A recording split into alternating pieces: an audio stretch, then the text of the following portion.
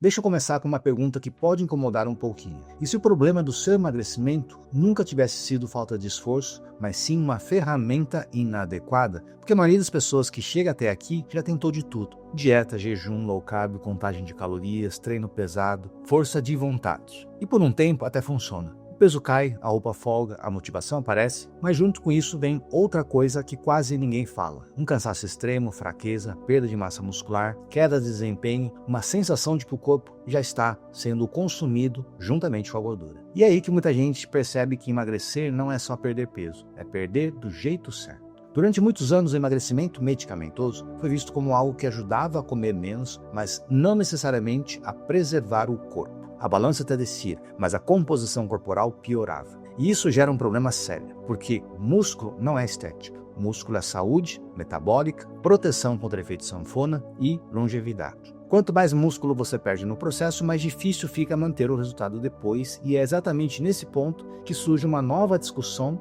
e com ela uma nova molécula que começa a chamar a atenção do mundo inteiro, a retatrutida. A retatrutida não entra nesse cenário como mais uma promessa vazia. Ela entra como uma tentativa de corrigir falhas importantes dos processos anteriores. Para entender isso, você precisa compreender que o emagrecimento não é controlado por um único botão. Ele é regulado por um sistema complexo que envolve cérebro, intestino, pâncreas, tecido adiposo e músculo. Quando você atua só em um desses caminhos, o corpo compensa pelos outros. É por isso que muitas abordagens falham a médio prazo. As primeiras canetas focaram principalmente no GLP-1, que ajuda a reduzir o apetite e aumentar a saciedade. Isso já foi um avanço enorme. Depois vieram a combinação com GIP, trazendo um controle ainda maior na ingesta alimentar e de resposta glicêmica. Mas ainda assim existia uma limitação. O corpo entrava no modo de economia, menos comida, menos energia, menos estímulo anabólico, mas o músculo acabava pagando a conta. A retatrutida surge como uma molécula de ação tripla, atuando no GLP-1, GIP e também no receptor do glucagon. E isso muda o jogo todo, por quê? O glucagon, quando bem controlado, aumenta o gasto energético, mobiliza a gordura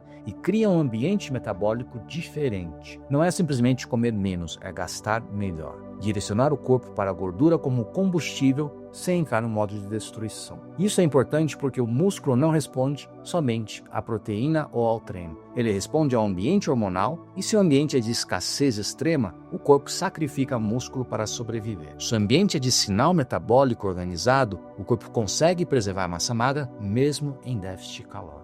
E é exatamente essa a promessa da retatrutida: fazer emagrecer mais, melhor qualidade, com menor impacto negativo sobre o tecido muscular. Mas aqui é preciso muita maturidade na conversa. A retatrutida não é mágica e não cria músculo sozinha. Ela não substitui o treino de força e não corrige uma alimentação completamente desorganizada. O que ela faz é permitir que o corpo emagreça sem entrar em pânico metabólico. Ela reduz o ruído da fome, melhora a eficiência do gasto energético, diminui aquela sensação de corpo consumindo que muita gente relata com outros métodos. Quando o paciente sente menos fome, dorme melhor, mantém energia e consegue treinar com qualidade, a chance de preservar a massa muscular aumenta muito. E isso muda completamente a experiência do emagrecimento. A pessoa não sente menor, mais fraca ou esgotada. Ela se sente mais leve, funcional e mais estável. Outro ponto muito importante é que a retatrutida muda a relação psicológica com o processo. Quando o emagrecimento não vem acompanhado do sofrimento extremo, o cérebro deixa de associar a perda de peso como uma ameaça. Isso reduz compulsões, recaídas e diminui o efeito sanfona. Não porque a pessoa ficou mais forte mentalmente, mas porque o corpo parou de lutar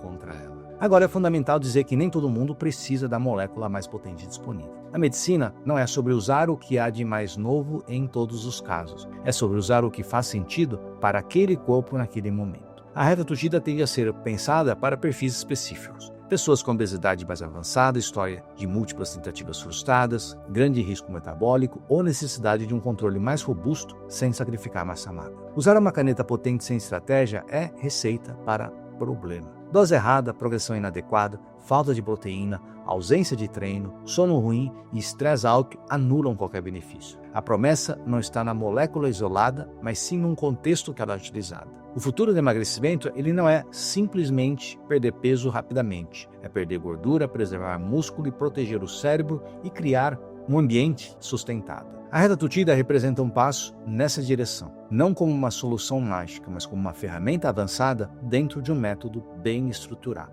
talvez pela primeira vez a conversa deixe de ser apenas quanto peso você perdeu e passa a ser que tipo de corpo você construiu no processo. Porque emagrecer muito e perder músculo é fácil. Difícil é emagrecer preservando saúde, força e autonomia metabólica. E é exatamente isso que começa a colocar a reta tutida no centro das discussões mais sérias sobre o futuro do tratamento da obesidade. Se você gostou desse vídeo, clique, compartilhe e nos vemos nos próximos vídeos.